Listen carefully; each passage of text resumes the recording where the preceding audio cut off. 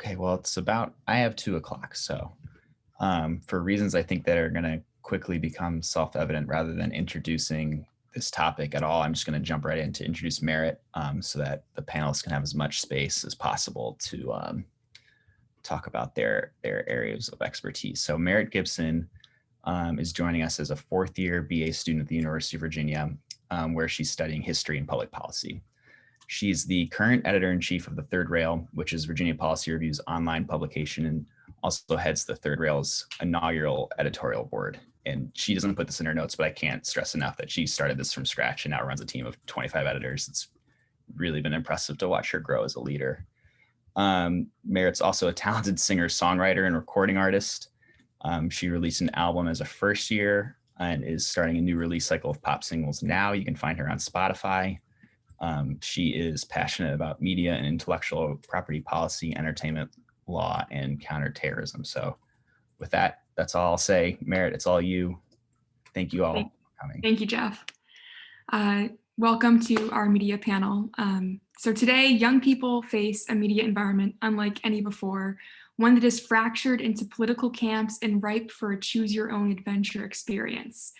To quote an unlikely source, The Doors singer Jim Morrison said, "Whoever controls the media controls the mind," during the Vietnam War. And if this opinion was the case when there were a few cable channels, imagine the effect of internet media on our individual minds and collective consciousness now. We are lucky to be joined by panelists who can help us become more media literate and see more clearly through this fog of infinite choice and polarization.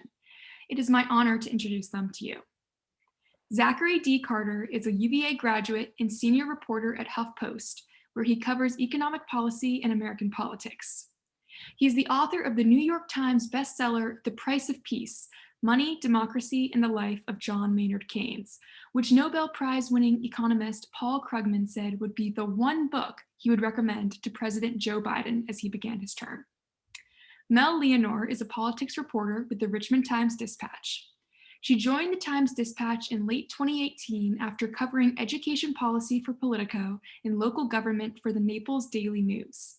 Her reporting early on during the COVID-19 pandemic uncovered that Virginia was combining its live virus and antibody test results it shared with the public, leading to a change in the way testing data was tracked and reported. Betsy Fischer Martin is an Emmy-winning journalist and former TV news executive. Currently, she is the executive director of the Women in Politics Institute at American University and a faculty member in the School of Public Affairs, where she teaches courses on campaigns and elections. During her earlier career in television news, she spent 23 years at NBC News, serving as the longtime executive producer of Meet the Press with Tim Russert and as the managing editor of NBC News political programming. Our moderator is Professor Wyatt Andrews. Wyatt Andrews is a professor of practice at the University of Virginia, teaching media and journalism in the Media Studies Department of the College of Arts and Sciences. In September 2015, he retired from a broadcast journalism career of 41 years, 7 years in local news and 34 years as a CBS News national correspondent. With that, we will turn it over to our moderator, Professor Wyatt Andrews. Merritt, thank you very much, and thanks as well to all of our panelists. I'm sure we'll get into our discussion in a second, and thanks to all of you students who are out there devoting a beautiful Friday to deep-minded policy discussions like this. And I think we should begin with respect to our student audience here, because Merritt posed the question directly: how can we help these students understand the media environment that we are in right now? And I teach this directly. I teach a course called The News Media, and I ask my undergrad students at the beginning of the class to send me a note in writing about how they get their news and what their expectations in the class are. And Betsy, the first question is going to come to you, because you've almost done the same career path that I've gone through, which is lots of times in broadcast news, and then transitioning into an academic environment. And one of the things that I have known, and trust me, I don't say this with judgment. It's an observation. It's one of the first things you Gen Zers need to know, is that it's amazing in that my time here at UVA, the percentage of you who only get your news through this thing, through this phone, where news is in undifferentiated boxes, that makes a difference right there. In that, I would imagine that there's a large percentage of the students, policy students watching us right now who have just never been told about very crucial aspects of the news media, including Meet the Press and including the CBS Evening News. Right. It's not that you are uneducated Americans. It's just that the collapse of attention being paid to the mainstream media in favor of news that's derived by social media, which does tend to be highly polarizing and projected by algorithms, through that respond not to fact-based content but to emotion-based content. And again, it's not your fault, but your consumption, how you consume news, you Gen Zers, makes a huge difference. And Betsy, I'm just wondering, can you start us off? Have you observed that as well? Does the reception by our younger audience matter in terms of their perception that news is way too biased, news is way too polarizing, when you and I spent 20 years in news organizations where it was none of that? Right. And I mean, to your point, I spent so much of my career, and I know you did too, of like really focusing on being sort of nonpartisan. Like the worst possible thing to do on a program like Meet the Press was show your political bias.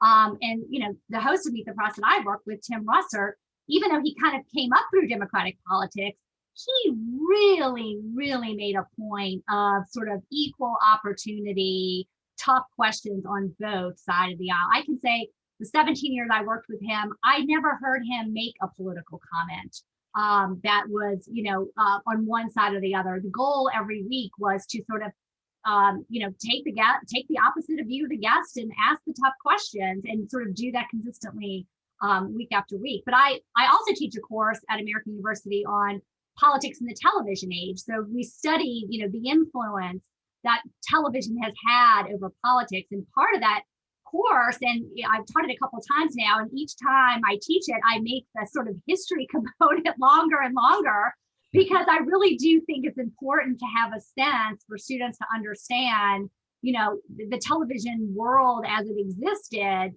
40 years ago, where there were 3 nightly newscasts, where, and, there's pluses and minuses to this, that, lack of competition, the power was vested in a very few number of executives who decided programming and what was reported. But there was still this notion of kind of being down the middle and nonpartisan. And I think now with, not only the advent of the phone, but the advent of cable, over the last 20 years, we have seen sort of that, entertainment news programming, opinion oriented news flourish, because that's what grabs people. That's what people are motivated to watch. I mean, I'm sure we'll talk about the news bubble that people can live in, right? That you can choose your news adventure, as Merritt said earlier, and just really be focused on the kind of news that you want to get. Is, for example, Rachel Maddow on MSNBC, is she a journalist? I mean, we can have that debate. Yes, she reports on information, but she's also biased. And so I don't think young people today sort of understand the nuances between what is kind of straight news, network news, and what is kind of more opinion news. And in many ways, because there's so much of it out there and it's so accessible on your phone, back in the day, there was appointment viewing for news. You turned on the news at 6:30 and watched the news. Today, news finds you. It's on your phone. It's constantly popping up. And you have to remember, at the end of the day, the news business is a news business. And so the news, entities that exist want your eyeballs on their piece of news. There's more and more competition for it. And so you get shorter content, you get sort of like flashy, clicky kind of headlines. And that's what drives the clicks. That's what drives the eyeballs on the news. and the ratings. And at the end of the day, sad as it is, that is the bottom line for a lot of news organizations and trying to actually be profitable and kind of survive in this world of immense competition and across all these different platforms. Betsy, I bet that you are aware of a book written almost 20 years ago called Elements of Journalism. Yes. You remember that one? And it was written by, two giants in the news observation industry, Bill Kovac and Tom Rosenstiel. And so what students, I'm not going to bog down and make you read the book right now, but there are a couple of things that they say in that book where, they went around the country and interviewed hundreds and hundreds of academics and practitioners in journalism. And what they said today is still true now. When they articulated that the top two jobs of the American news media by universal consensus, and this is still true, is number one, to provide all of you citizens enough information to be free and self-governing. Mm-hmm. That matters to you policy students. That's the news media's main job, provide enough raw information for you to make voting decisions or for officials to make civic decisions, city council votes. But the second, the co-equal job was to serve as a monitor of power. That is such a big deal. And Betsy, before I let you go on this first round, you did that for so many years at Meet the Press. It was all about serving as a monitor of power. Mm-hmm. But allow me to freeze one moment, not with Tim Russert, but with Chuck Todd, because I bet you were aware of this moment. I'm not sure you produced it. No, I didn't. But when President Trump came on the scene, one of the first things he said was this monster lie about seeing thousands of people in New Jersey celebrating 9/11, celebrating the collapse of the Twin Towers back on 9/11. And I teach this moment. Chuck Todd is trying to confront the then Trump at the time. This was late 2015. He was still like third in the ratings, but skyrocketing because he was appealing to the people who would react to anti-Islamic messages and racial messages. Mm-hmm. And Chuck Todd tried to say, Mr. President, your words matter. This did not happen. And Mr. Trump said, yeah, but millions of people believe it.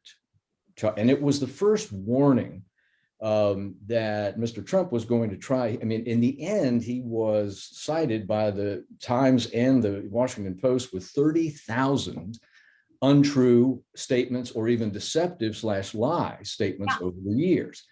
I guess the point is, a lot of people, if you are just out there thinking that all of the news is biased, if you're a conservative, you would have looked at that moment and seen Chuck Todd as a liberal. Whereas we would have looked at Chuck Todd and said to ourselves, he's trying to hold trying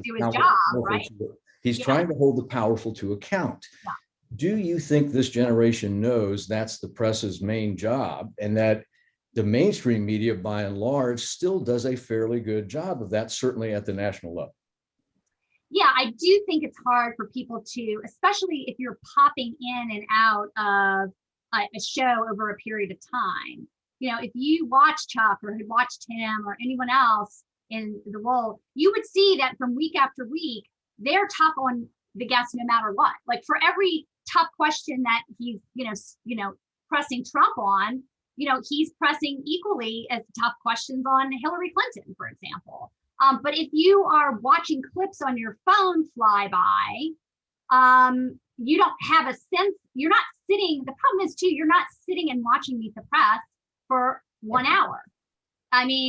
You are watching a clip of it that has, by most accounts, probably been emailed or tweeted out, by, a political operation of some sort, or one of these media watchdog types that can sometimes be biased in and of themselves, to sort of stir up anger against various TV hosts for being tough on particular candidates. And so you're not watching the context of the full interview. You're not understanding what Meet the Press is on any given week. because you're not sitting there and taking, a valuable hour of your time with everything else going on to sit there and watch it. And so it's easy to then all of a sudden think that, oh, Chuck is a liberal. Now, I would say, that certainly happens week to week, even when I was there back in sort of like the email days, before Twitter, I would frequently look at the viewer email that came in, okay? And it would give me a pretty good judge of things. And you can appreciate this, that, probably about half of the emails that came in were negative of some sort, right? Somebody complaining, complaining about, the interview one way or the other. People would see the exact same interview, and half of those negative comments would be, Tim, you are, a right-wing, crazy communist, blah, blah. The other half would be, you liberal hack, blah, blah, blah, blah. These people are watching the exact same interview, and your own political perceptions in many ways dictate how you see something. And so I noticed that, like I said, just back in even the email era, and I'm sure it's even worse now on Twitter. If we can harken back to that phrase that I raised a couple of minutes ago, that the press's main job is to monitor power.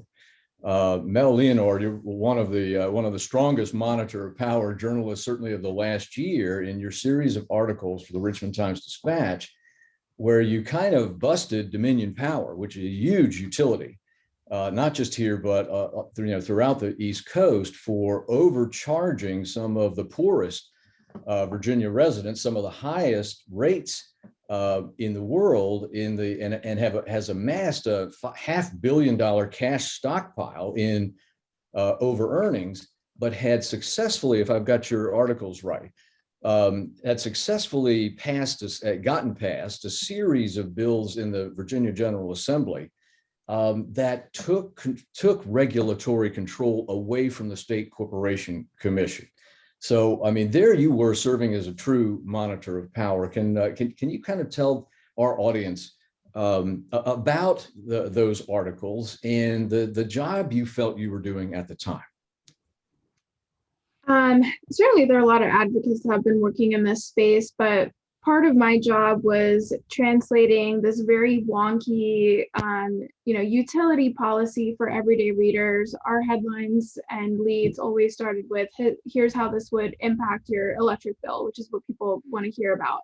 I think Dominion and their lobbyists, who are very smart people, managed to pass legislation and regulation that essentially allowed them to keep money that used to belong to consumers, money that we overpay in our bills and that we are overcharged, and keep it in their pockets. And that policy is so complicated and difficult to explain that I think it was years before a lot of people were paying attention to how this company was profiting essentially from a law that was passed that a lot of people didn't understand. And so I think in some ways, if we go back to just like the basics of our jobs, it's just to explain to people and give them the information. And I think uncovering and shedding light on that scheme that was created kind of led to some reforms. And it didn't take much more than just to kind of put the information out to readers in a way that they could digest it. And even lawmakers too benefit from that work, to be honest. Right. Yes, they do. Can I ask Mel that the any observations that you have about the Richmond Times-Dispatch's ability to fund watchdog reporting that takes so much time? I mean, so I certainly spent a lot of years under pressure to do stories, that day. So it costs the newspaper money, essentially. Every day you're not producing that day something for the front page, and you devote time to deeply investigative reporting.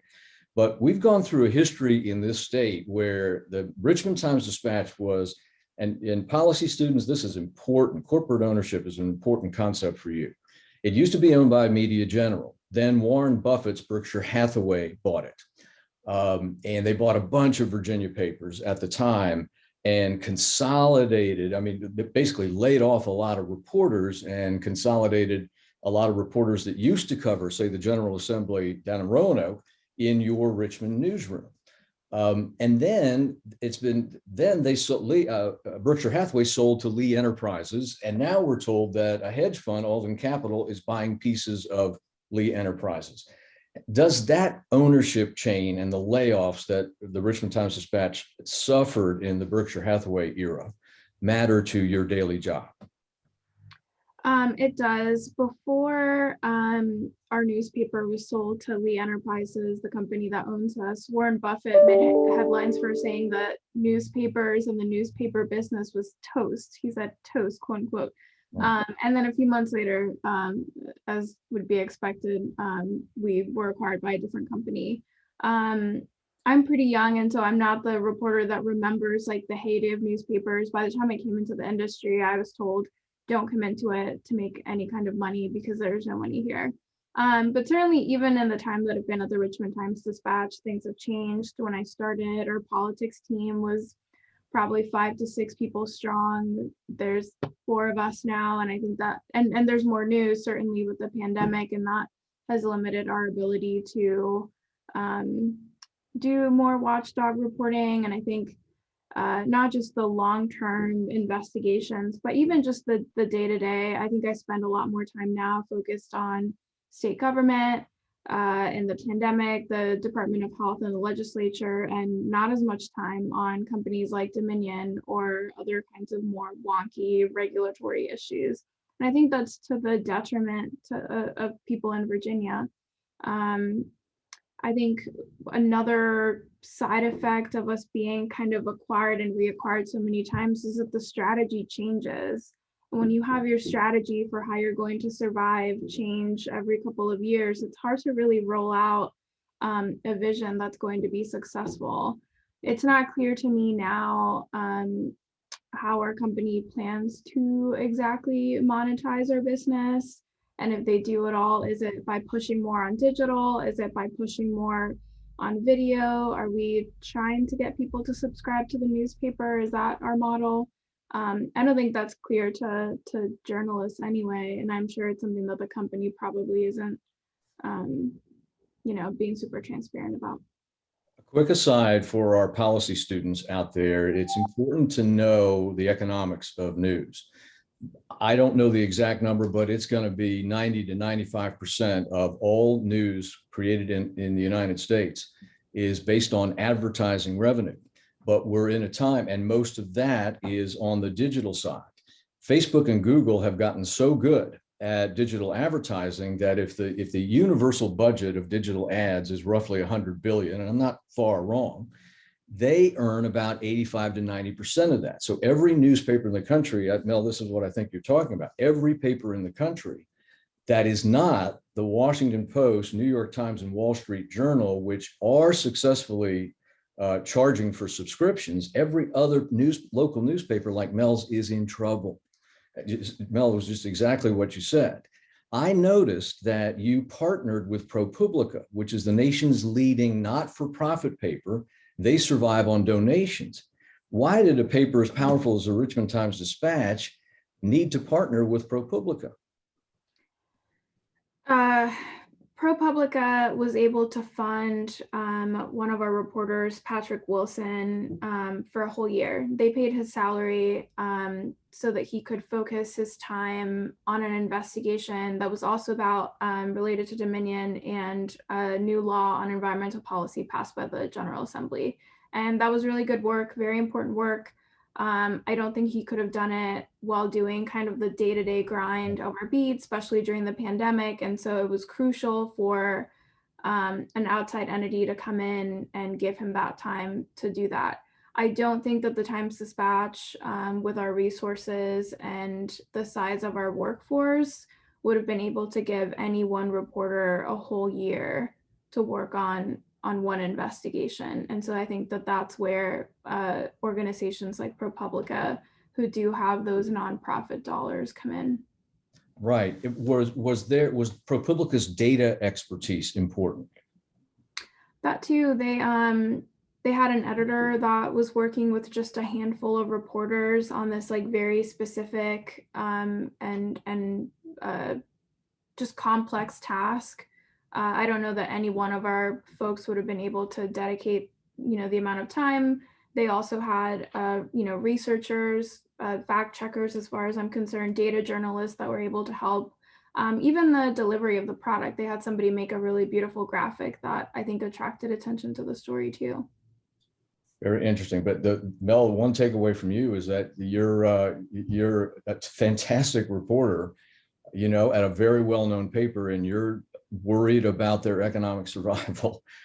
That's important for students to know. There are whole communities there is news inequality across this country, and whole areas of the country have now broken into what some scholars call news deserts. They don't have local papers watching local officials at City Hall do their jobs. So that's going to lead me to Zach, because Zach working at HuffPo is on the what you would call digital native side of the news business. Digital native being a term for a place that never really was part of the legacy press. Its primary product has always been on the internet and digital. So Zach, your observations on the economics, if you will, of the news business and how that impacts you. Yeah, they're not good. I mean, I should be clear. HuffPost and I, between the beginning of this, the scheduling for this webinar and today, we have parted ways. But I did spend 10 years there, and I know the business very well. Your point about Google and Facebook is really important, because Google and Facebook are not just monopolists on the advertising side. They're monopolists on the distribution side. There are a few websites like HuffPost that are destination sites for people. People will just type in huffpost.com and go there because they want to know what is on the Huffington Post. But if you're operating in digital news in any other way, your ability to reach people is really controlled by Google or Facebook. People come to their news through social media or through search engines, and Google and Facebook control those markets. So you have a situation here where the distribution of the news through social media and search is also harvesting the vast majority of the revenue from that process. And until there's some way for the actual, they say content creators in Silicon Valley, as if, news is the same thing as, cartoons or, stuff that gets sold on Amazon. But until the people who are actually creating this stuff have a way to actually receive a significant amount of digital advertising revenue, the business is, I think, pretty much doomed. I mean, you can talk about supporting it with public funds and foundation money. ProPublica is supported by mostly foundation money. I can't really talk about my next venture, but there will be foundations involved in that. There is this sort of nonprofit space, which I think will probably end up being part of the solution. But ultimately, this is a public policy problem where you have a market, not just the advertising market, but the distribution market that's dominated by two companies that aren't interested in sharing the profits. And I think, we talked earlier about the sort of choose your own adventure kind of multi-dimensional environment out there. That's true in a sense, but I think the news media is a lot more like the music industry right now. It's true that everybody and their brother is in some sort of digital music operation right now. There are more bands than there's ever been, but there are only like 5 or 6 successful artists in any given year because the industry has consolidated so much. And that's happening in news too. So you have a few very successful enterprises, and then everybody else is trying to create some sort of brand, either as an entity or as an individual, which I think you're now starting to see happen with some of these other platforms like Substack, where people are marketing themselves as big personalities in journalism, almost like celebrities, which I don't think was happening when I was growing up. I don't know if that latter phenomenon is going to continue, but you can only market yourself as a sort of journalism celebrity if you've already achieved a certain amount of status within this hyper consolidated kind of ecosystem. So I think all of that is very bad for the free distribution and flow of ideas. You guys were talking earlier about bias and partisanship on cable news versus sort of the traditional network news format. I think we're actually seeing things pigeonholed into fewer and fewer perspectives, despite this sort of ostensible free-for-all out there that we see in the digital world. Zach, but keep going if you will. I mean, you mentioned something very important. I mean, if Facebook and Google are ultimately responsible for most of the distribution of news, and you can do the quick math on how many reporters they employ, right? Zero. It's zero. So here are two agencies, two monopolistic powers that distribute and profit from the distribution of news without paying reporters a cent. And papers, Mel, like the Richmond Times-Dispatch, are happy to give up their content because that exposes your product to all the eyeballs on Facebook and Google. So Ken, is that a flaw of market capitalism, that what's happened to us as a matter of policy? Would you describe this as a flaw in market economics? I think different markets are different, so I don't want to make a sweeping statement about the nature of capitalism or the history of the world here. But I think in this particular case, the rules that we've had governing not news specifically, but the information technology sector have created a situation where a handful of tech companies have way too much power and are making decisions that I think we would ordinarily consider to be public policy decisions in-house. I think the amount of power that somebody like Mark Zuckerberg has over information is something that we don't think of when we think about, people weren't thinking of when they're thinking about computers and tech in the 1990s. This is a completely new kind of thing that's happening. And I think of Google and Facebook today the way I think people thought of the railroads at the turn of the 20th century. Railroads were a good thing. It was important to invent them. It enabled so many different types of things to happen. There are people living in different locales. There are different industries.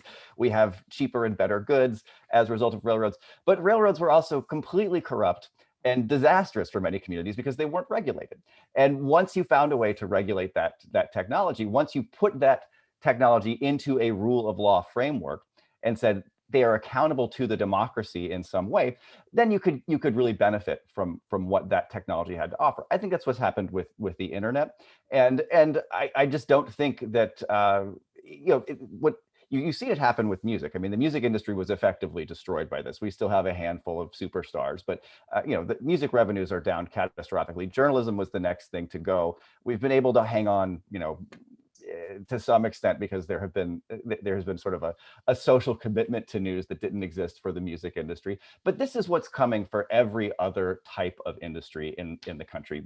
Digital commerce is the future of commerce, and we need to have a sort of public policy that's oriented toward making that a more fair and equitable system. Okay, if you were a member of Congress, you would or would not support current calls to demand that Facebook and Google pay a royalty fee or a copyright fee for content for the Richmond Times-Dispatch articles that Mel puts out there, but her paper right now gives away for free?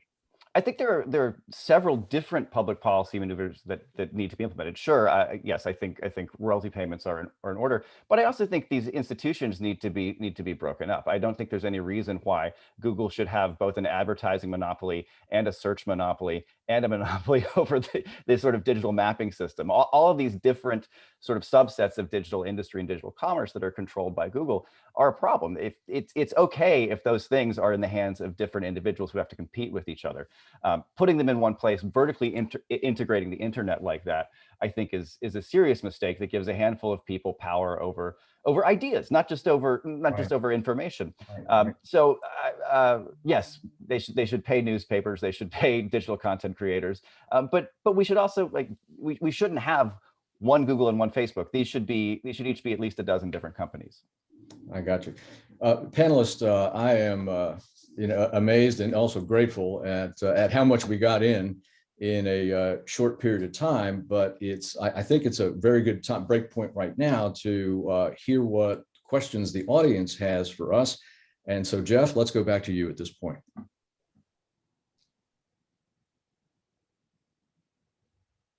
Merritt, are you there? I am. Let's see, starting my video. Yeah, so Merritt's going to handle canning off the questions to you, Professor Andrews. Sorry about that. Merritt, forgive me. Merritt, back to you. All right, thank you. That was fascinating. Thank you so much for that discussion.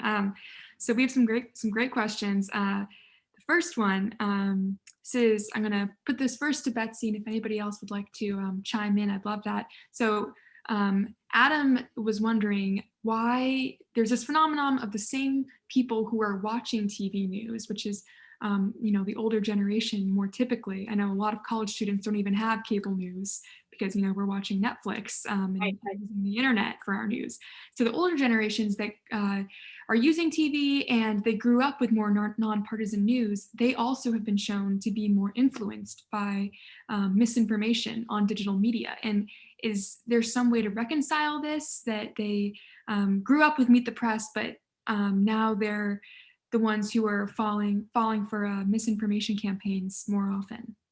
Yeah, it's interesting. And like, we talk about this a lot and we think, everybody has like, the uncle or the aunt or the grandparent, or, in my case, it was my dad, who, all of a sudden became like the Fox News watcher and like would sit in his lazy boy chair and literally just watch Fox News from morning to night, right? They're not out and about, and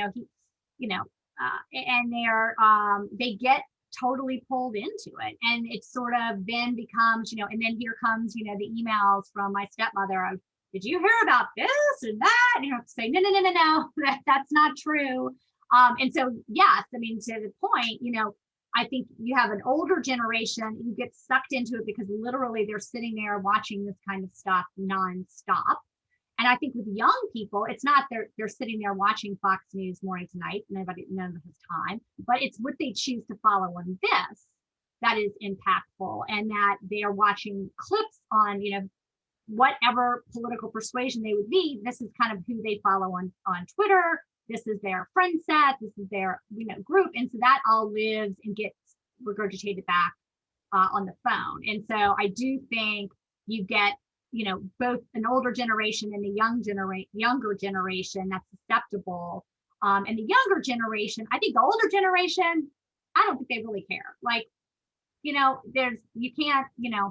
can't do a lot to change some of that. With the younger generation, though, too, that's what we were speaking about earlier, I do think there is this kind of media literacy that needs to go on and be taught, at a younger age, so that, young people understand what opinion is. They understand what, and they can decipher. There's a great, I don't know if you guys have seen this website, but I use it in my class called Advantes Media. Wyatt, I don't know if you use that, but they do. And you might have seen their chart. It's kind of a media bias chart that they have on their website. And they track bias, not political bias, but then also the issue of like reliability, how something is sourced, who people have spoken to, whether it's original reporting. And they can kind of plot on a graph, what sort of the most nonpartisan, highly reliable sources are. And they also have an exercise where they will score, a particular number of articles about a particular subject each week, so that students can go in and see why an article may be biased and understand things like sourcing, or understand, politically loaded words. And, this is an exercise I do with my students who are very politically engaged, very smart and understand, but they just haven't been taught how to look at an article and think, where is this person coming from? Oh, this is a web. Let me scroll down to the bottom of the website. Oh, this website is, paid for by X, Y, and Z interest. And maybe they have a particular political slant. Oh, this is not even an actual newspaper. It looks and feels like an actual news website, but when you look closely, it's not. And so I do think, especially with young people, I think that is where, if we're going to change something, we need to focus our efforts on trying to sort of educate young people so that they have those tools to not just, take everything that comes across the transom on their phone and think of it as actually real. And that, something that, has gone through, a news organization is a place where you have editors, you have people, it's not just some guy banging out news on his phone, right? There's an editorial process that goes through. And, as I think Wyatt will tell you, even to this day at network news, I mean, there are layers of editors and eyeballs, certainly at the New York Times and other major news organizations, there is sort of that checklist that needs to go through. There are standards departments that vet and look at every single script that's going out on television to make sure that it upholds, particular standards. And so I do think you sort of do get the kind of good housekeeping seal of approval on some of those places. You guys mind if I? Oh, sorry, Mel. Go ahead. I'll just weigh in real quick. I think some of what Betsy was saying is right. Part of me feels like we could kind of flip it based on my experience. I think the readers that I tend to feel like need media literacy tend to be older folks. They tend to be people who will send a link to a website written by, often a very conservative blogger. Maybe they're not a journalist, have never been trained as a journalist, and they're paid by, maybe a PAC, and they don't know that.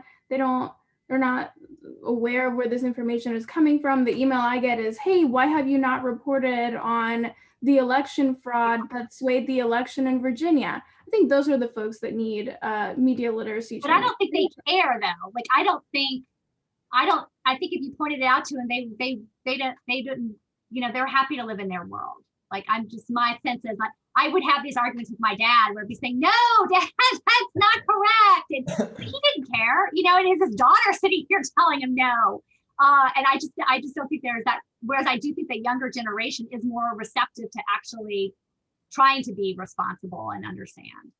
I think we as a paper have had some success writing about, for example, if your concern is that the elections in Virginia weren't conducted correctly, I think we've had some success writing about the issues. So explaining to people exactly why on election night, it seems like Republicans were winning until 11 p.m. when all of the early votes were counted, and then things changed. I think we had some success eliminating some confusion that some actors took to convince people that there are shenanigans, and kind of, not everyone was swayed, but I think a lot of people said, hey, I didn't understand what was going on, and like, thanks to this article, I did. I think as far as young people, I'll paste a link in the chat, and that's viewable by all the participants, but it's an article by Wesley Lowery published in the New York Times. I don't agree with everything he's saying, but I think it sheds some light onto exactly what it is that young people are thinking. And it's this notion that this kind of two sides mentality that we've approached news with is no longer acceptable to them. They are allergic to it. Even in our own newsroom, we had a debate, are there two sides to this policy that is clearly motivated by racism? Can we write a story? Can we write a two-side story on this policy in a way that actually serves our readers? I think our younger ones are saying, no, we don't want that coverage. We want you to rethink the narratives that have driven your coverage. We want you to rethink how you write about communities of color. We want you to diversify not only your journalists, but the sources and the people that they interview. I think that probably gets a little bit closer to some of the issues that we're seeing with like younger folks and bias. I don't think it's that they don't understand. I think it's that there is a movement to approach news in a way that isn't necessarily unbiased. I think you see, and I think this is actually, at times problematic. I think you see journalists who online tend to play more to an audience on either side, get a lot more attention, a lot more traction. Their tweets become more viral, and they are standout journalists, but if online they play to a certain audience and their followers can say, oh yeah, this person I know is tends to have a more liberal approach to this policy issue. That's they know that, they want that, and they want to read the coverage by that specific journalist. How we're going to solve that issue, I don't know. I within myself have not finished wrestling with that question, but I think that is the conversation when we talk about young people and bias and the kind of news that they want to read. So they want more sort of advocacy. I think that they want to read information from sources that they trust, and the sources that they trust tend to be people that more closely align with their views. I think, Mel, your discussion there really reminds me a lot of what I kind of got into, came of age in the news business around the Iraq War and the financial crisis, the years between there. And there was a lot of frustration from people in my sort of early 20s cohort at the time about the reporting surrounding the Iraq War. And it was, this was stuff in the New York Times. This was, high quality, reliable outlets saying things about, weapons of mass destruction that were not true, right? And the people I was hanging out with in college were, mostly liberals and people on, broadly understood to be on the left. And I went to work for Huffington Post eventually. I'm very open about my sort of ideological views, but I think one of the issues at that time was whether you could be, this idea of neutrality was something that could be sustained. That partisanship was clearly a problem. If you were just following the leader from one political party or another, that was not good, and that clearly there was something dangerous there. But the idea that just being in the middle between Republicans and Democrats was neutral or unbiased seemed wrong too. A lot of stuff that was in that space sort of occupied its own kind of ideology. And I think about that a little bit with the way views have changed about, say, debt and deficits and economic policy over the last few years. From the 1990s really through, I'd say, 2 or 3 years ago, the sort of responsible bipartisan centrist position was that big government debt and deficits were bad, that they were harmful for the economy. They were very risky, and they were ultimately going to hurt, the most vulnerable members of society. And the consensus among experts has shifted very significantly over the past few years. It's not that debt and deficits are necessarily wonderful, but they're just not nearly as dangerous as people were saying they were at this point in time. And so the people who were trying to cut it right down the middle and not play to either Republicans or Democrats, they would say things like, Republicans would run up the deficit with tax cuts and defense spending, and Democrats would run it up with entitlement spending on Social Security and Medicare. And people would say, well, I'm neutral. I just want a lower deficit. I'm not choosing between those things. That perspective is now being reconsidered. It sort of has its own ideological bent now. And I think the news business is always trying to grapple with that issue. I don't think this is a sort of issue that has like a once and for all solution. It's something that people just have to navigate as society changes and as people's ideas of what becomes, what sort of views are acceptable and not acceptable shift over time. That was great. Thank you all so much for your answers there. So when I was listening to this, I was really interested in the sort of the economics of the news business. And Zach, you mentioned the music industry a couple times, which I thought was a really interesting comparison. And from Jeff's introduction, you can tell that I'm very into all that. And so I just attended a South by Southwest panel that talked about how music artists are now renting their fans from platforms like Instagram and TikTok. So, they're dependent, and their database of fans and followers are totally in control of these big companies. So it seems like there's a parallel between that and what you were saying is happening in news. So unless you're a destination site like HuffPost, for example, you depend on Google and Facebook in order to get people to your site. So is there some way for lesser known outlets or local news, like Mel, is there a way for the Richmond Times-Dispatch, other than just people who live in Richmond and check it out? Is there a way for outlets to begin to, for a lack of a better word, own instead of rent their readers and turn those readers into subscribers when there's so much news that they could be consuming? What's the way forward for that? Mel, do you want to take a crack at that, or should I? You go ahead. I don't think this is I don't think this is an innovation problem. I don't think there's some cool new business model trick that can be developed to make news profitable. I think we have a structural problem in the economy right now, and until you break the digital monopolies of Google and Facebook, whatever new idea we come up with to monetize news will quickly be captured by the tech giants, because they are the mode through which the stuff is distributed. I mean, what I was talking about earlier about news deserts and local news, you know, the Times Dispatch is really one of the precious few that are even left.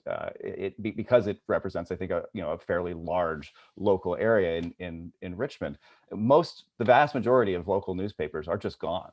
And if we want to have that type of coverage, we have to have a new economic structure for this industry. It was possible to have local reporters covering City Hall in every city hall in the country for a long, long time in the United States, but it was possible because we had a legal framework that made it profitable. And until we have that, there is nothing that any institution outside of the New York Times, I think, can really do to control its destiny. I would have to agree with that. I think that's the solution. I think we have to reimagine the landscape. I was sitting at a meeting 2011 probably with an editor from a pretty big newspaper in Florida, and he said, hey, you young people, you are the ones that are going to figure out the new business model that's going to push us forward. And it's just, that is not going to happen. That was never going to happen. I think it's the landscape. I would just say, as kind of a side point, I also think we need to, as a society, reconsider the value of news. There are too many people talking about, how journalists are not great. For every time that somebody says I'm a good journalist, I have 100 emails saying that I am terrible at my job and that the news is dead and how could I even, show my face.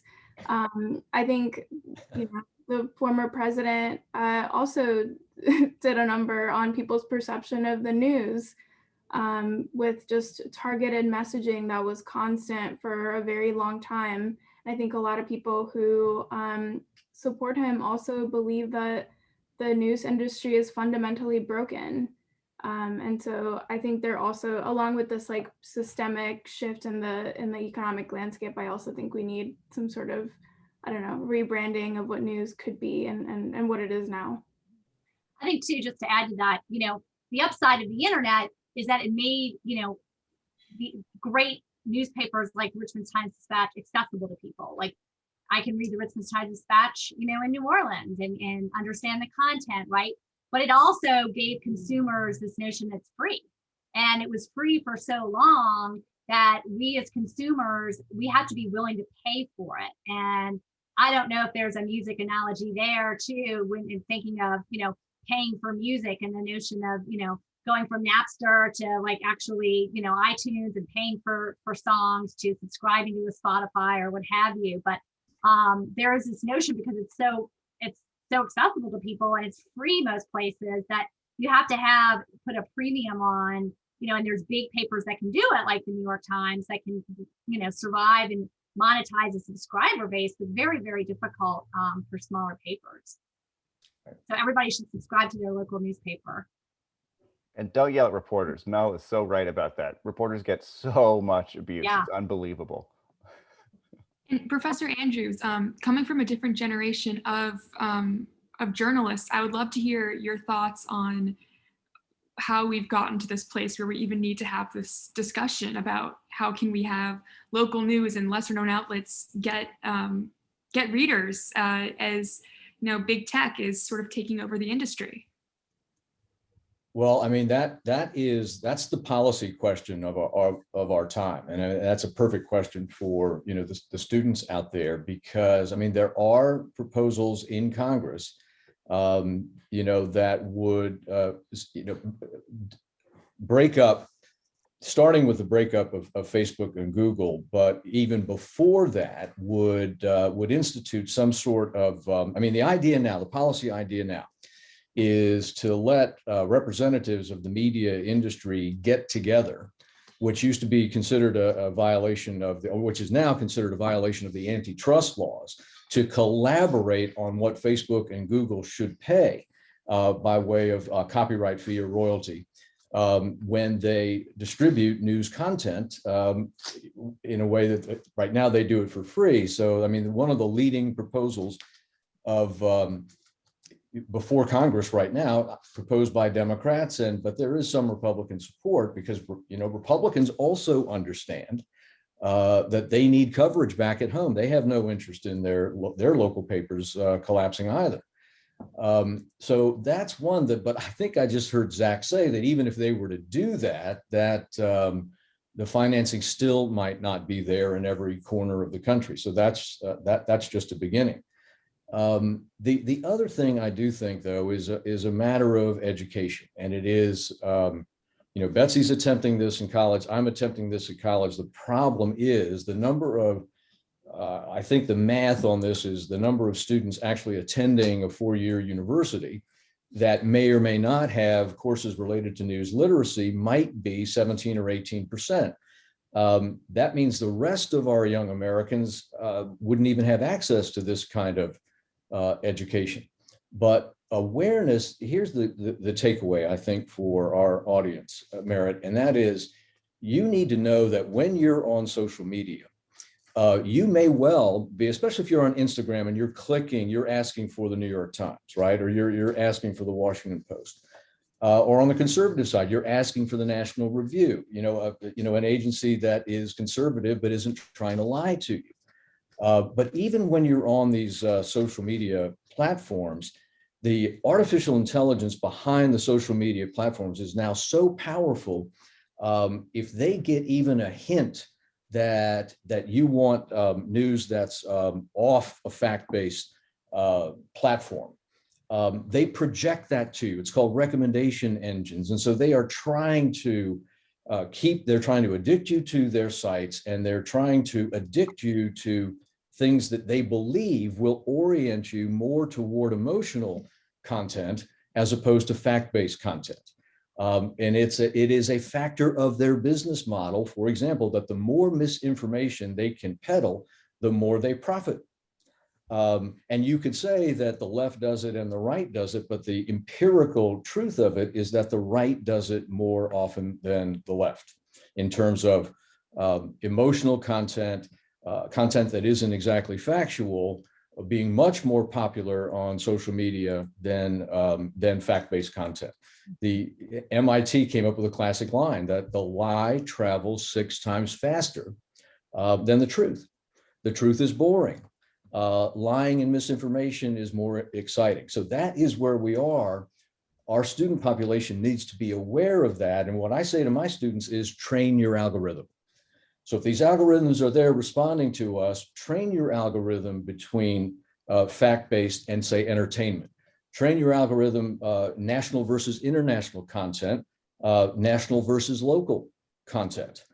And because that's the only way you're going to ensure that in terms of becoming, a citizen free to self-govern, if you don't train your algorithm for information diversity, you're going to fall in this echo bubble because that's how social media makes its money. Right, right. Well, thank you all so much. Thank you for your time and your excellent ideas. I learned a lot, so thank you. And with that, I'm going to turn it over to Jeff. Thanks for joining us.